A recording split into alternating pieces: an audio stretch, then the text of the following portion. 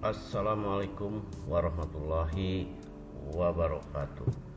Semoga kalian selalu sehat meskipun dalam situasi pandemi COVID-19.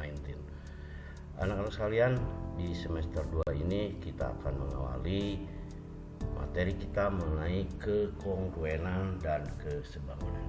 Sebelumnya, marilah kita berdoa. Berdoa, mulai. Berdoa selesai. Baik anak-anak, yang akan kita pelajari adalah kekongruenan dan kesebangunan. Nanti kalian dituntut untuk memenuhi kompetensi dasar. Materi yang kita bahas yaitu syarat kekongruenan dan kesebangunan, kekongruenan kesebangunan segitiga, syarat kekongruenan dan kesebangunan segitiga, dan kemudian kalian diharapkan bisa menghitung panjang sisi segitiga dari segitiga kongruen dan segitiga sebangun. Baik anak-anak, kita memulai dengan kekongruenan bangun atau kekongruenan benda.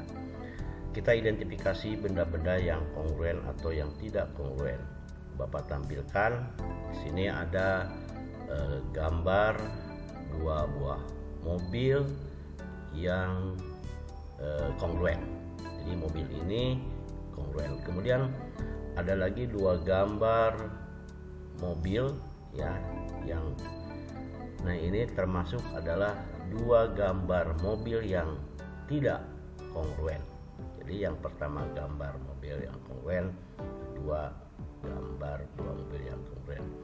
Kemudian ada lagi tampilkan dua gambar kursi yang kongruen, dan ada kursi yang meskipun warnanya sama tetapi ini tidak kongruen. Nah, mudah-mudahan kalian nanti bisa menyimpulkan apa itu sebenarnya kekongruenan dari dua benda. Jadi ada dua mobil kongruen, ada dua mobil yang tidak kongruen. Ada kursi yang tidak kongruen, ada dua gambar kursi yang tidak kongruen. Oke, anak-anak, masih ada waktu, Bapak kasih waktu untuk mengamati. Baik, kita lanjutkan. Kita akan bahas bagaimana menemukan konsep bangun-bangun yang kongruen. Di sini juga akan kita tampilkan ada dua gambar persegi panjang, warnanya berbeda, ya ukurannya sama, tapi ini kita kategorikan sebagai dua persegi panjang yang kongruen. Di sampingnya ada dua persegi yang ukurannya sama, dan itu juga kita kategorikan sebagai dua persegi yang kongruen. Kemudian ada tiga bintang yang warnanya berbeda tapi sangat mirip ya, dan ukurnya sama, itu juga adalah tiga bintang yang kongruen. Kemudian di bawah ada dua persegi panjang yang tidak kongruen. Kemudian ada lagi segi empat yang ukurannya sama, ukuran panjang sisinya 3 cm, tapi dikategorikan sebagai dua segi empat yang tidak kongruen. Kemudian ada bintang yang bentuknya sama, ukurannya berbeda. Ini adalah dua bintang yang tidak kongruen. Nah, dari dua contoh tadi, dari dua, yang satu tadi gambar mobil dan lainnya, ini adalah gambar bangun datar. Mudah-mudahan kalian nanti bisa menyimpulkan apa itu kekongruenan bangun, kekongruenan benda. Baik anak-anak, kita bahas lagi mengenai syarat dua bangun kongruen. Di sini ada dua trapesium, ada gambar trapesium ABCD dan trapesium WXYZ yang kongruen.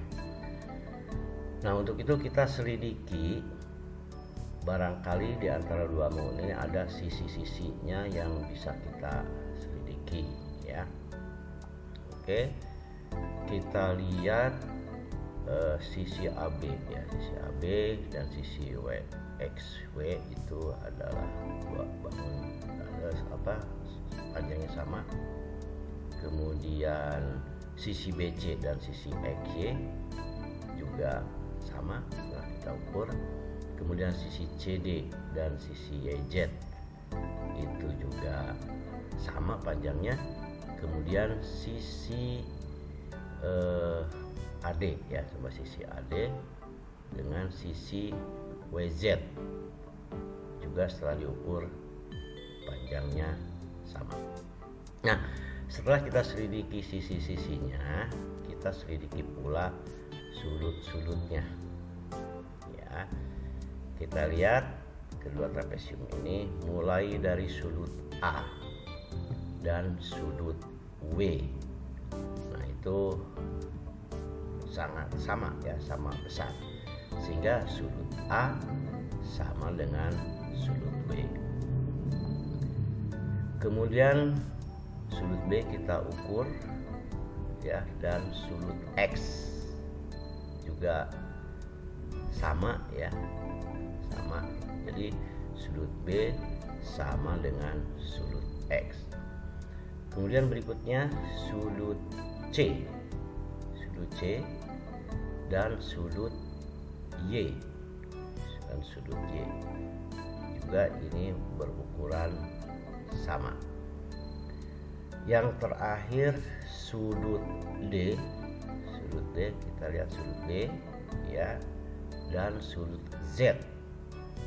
Nah, juga ukurannya sama.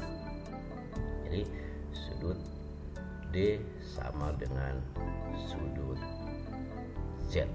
Nah, jadi kedua trapesium ini panjang sisinya sepasang sama, besar sudutnya sepasang juga sama. Nah, sehingga kalau kita ambil kesimpulan dari bahasan tadi ya, ada 3 layar yang kita saksikan tadi, bahwa dua bangun kongruen mempunyai bentuk dan ukuran yang sama. Jadi dua benda kongruen mempunyai bentuk dan ukuran yang sama. Kemudian yang kedua dari yang terakhir tadi, dua bangun segi banyak atau poligon dikatakan kongruen jika memenuhi dua syarat: sisi yang bersesuaian sama panjang sepasang ya, kemudian sudut-sudut yang bersesuaian sama besar. Inilah konsep kekongruenan benda atau bangun. Oke, bisa dipahami anak-anak ya. Nah, untuk lebih memahami kita nanti akan bahas 2 contoh. Contoh 1, segi 4 AB, CD dan PQRS berikut adalah kongruen. Sebutkan sisi-sisi dan sudut-sudut yang bersesuaian. Kita lihat sisi yang bersesuaian, kita lihat AB dan XW, BC dan WZ, CD dan ZY, AD dan XY. Sedangkan sudut yang bersesuaian adalah sudut A dengan sudut X ya, sudut A dan sudut X. Terlihat ya dari gambar ya. Kemudian sudut B, lihat lancip nih ya, dengan sudut W yang paling lancip ya, sudut B paling lancip dan sudut W. Lihat, terlihat ya. Kemudian sudut C ini yang paling tumpul ya, tentu bersesuaian dengan sudut sudut Z. Oke. Terakhir sudut D bersesuaian dengan sudut Y, meskipun gambar ini tidak searah ya, berbalikan. Itu contoh 1 ya, mudah-mudahan bisa kalian pahami, dan video ini kan bisa kalian pause, bisa diulang. Kemudian contoh yang kedua, perhatikan gambar trapesium ini. Ada dua gambar, trapesium ABCD dan trapesium PQRS. Kalau kamu lihat sisinya, ada sisi AB dikali 40 cm, BC 21, kemudian trapesium kedua ya RS 16, SP 15, dan ada sudut-sudut yang diberi tanda sama. Artinya sudut yang beri tanda sama berarti besarnya sama. Dan diketahui sudut A-nya 60, sudut B 40. Pertanyaannya, tentukan panjang sisi AD, sisi DC, PQ dan QR. Kemudian berapa besar sudut R dan sudut S. Kalau menurut pelajaran di kelas 7 ya, ukuran sudut atau besar sudut beri lambang M ya. Jadi kalau sudut A berarti nanti MA berapa, kalau sudut S misalnya MS berapa. Baik, dengan memperhatikan gambar ya, terutama tanda-tanda sudut yang sama nanti berhubungan dengan sisi, maka panjang AD itu bersesuaian dengan PS, berarti panjangnya 15. Sedangkan DC bersesuaian dengan SR 16 cm, PQ dengan AB berarti 40 cm, QR dengan BC berarti panjangnya 21 cm. Nah, berapa besar sudut R atau M sudut R?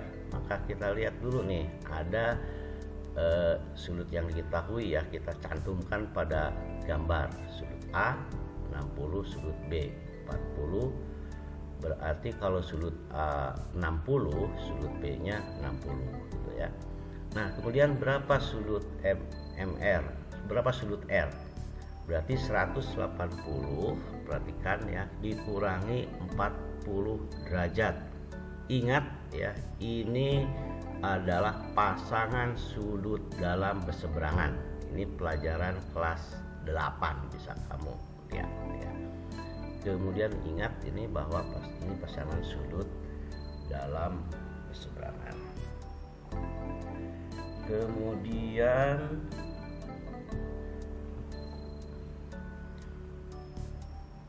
yang kedua yang ditanyakan adalah berapa besar sudut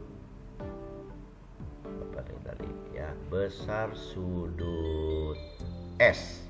Nah, lihat sudut S itu pasangan dengan sudut B merupakan sudut dalam sepihak, bukan sudut dalam seberangan, maaf tadi ya, sudut dalam sepihak, jumlahnya harus 180.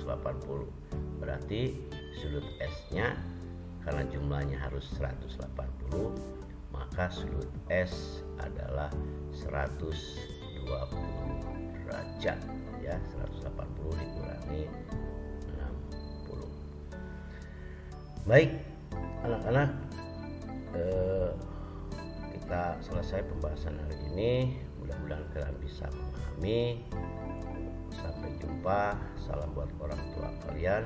Wassalamualaikum warahmatullahi wabarakatuh.